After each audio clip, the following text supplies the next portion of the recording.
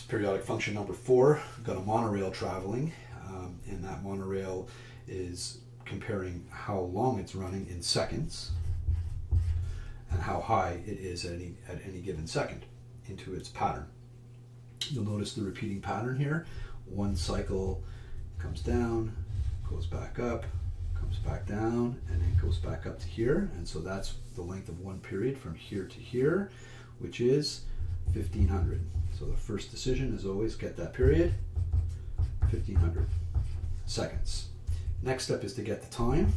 How long is it running? And we need to convert everything into whatever the scale is in. So since this scale is in seconds, we've got to convert 14 hours, 11 minutes, and 40 seconds into seconds. Well, 40 seconds is 40 seconds. 11 minutes times 60 is going to give me 660 seconds. And now hours. So we've got to be careful with hours. I should show that times 60 there. Hours, we're going to multiply by 60 to change it into minutes. So 14 times 60 is 840 minutes. And then I got to change those minutes into seconds by multiplying by 60 again. So be careful there. That's a common error. Times 60 again, and that's going to give me 50,400. And now I've got to add that to the 660 and to the 40. And that's going to give me 51,100 seconds.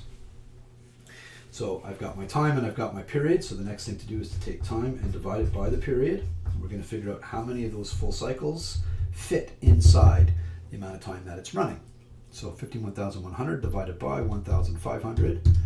That's going to give me that crazy decimal there.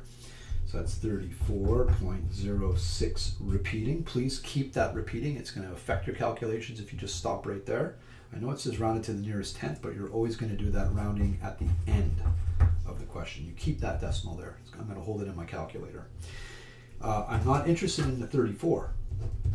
Right, I did that pattern 34 complete times, and then I did 0.06 into the new cycle. So 0.06 is a small amount, 6% kind of, or almost 7%, since it's a repeating decimal, just crossing in there a little bit. We're going to find where that is by taking the decimal and timesing it by the period.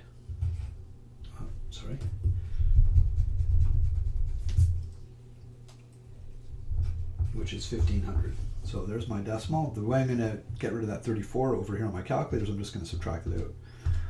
Now I've got just my decimal. I'm going to times that by 1,500. And that's going to give me an x of 100. Very important to note that that's the x value. What we found was the amount of time. So that's not the answer there. We need to get the y, right? The x is 100 over here somewhere. And we need to get, hey, what's the y when that x is 100? You'll notice the number 90 is there. Looks like it could be. They're hoping that you just try to guess that off the graph. So we'll see. We'll see where the answer comes from.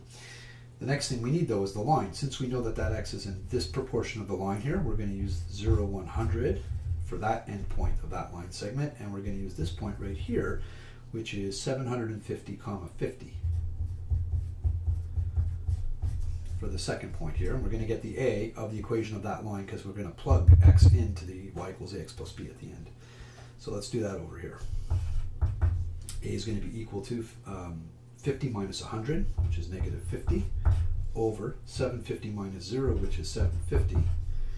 So my a is going to equal negative 50 divided by 750, negative 0.6 repeating, negative 0.06. repeating. And I know my A is on, I know my B is 100. So the equation of this line is y equals negative 0.06 repeating x plus 100. So I'm going to take that x right there and I'm going to put it there and find out my appropriate y. Now I've already got my decimal loaded, so 0.06, it's already in the calculator. I'm going to take that, times it by 100. I'm going to hit equals, and I'm going to add the 100, and I've got 93.3 repeating.